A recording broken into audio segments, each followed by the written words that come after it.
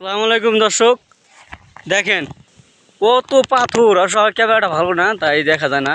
কত জায়গা জমিন পড়ে আছে, অথচ চাষ করার মতো কোনো মানুষ নাই। আর বাংলাদেশ হলে মারামারি করে হইলেও দখল করতো।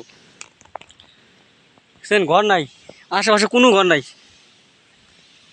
ওই যে একটা ঘর দেখা যায়, তা অনেক দূর।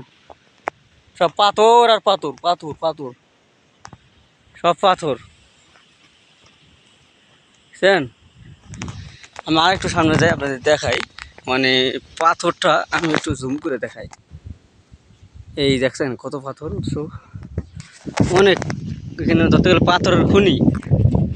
হ্যাঁ, এখানে অনেক পাথর। আর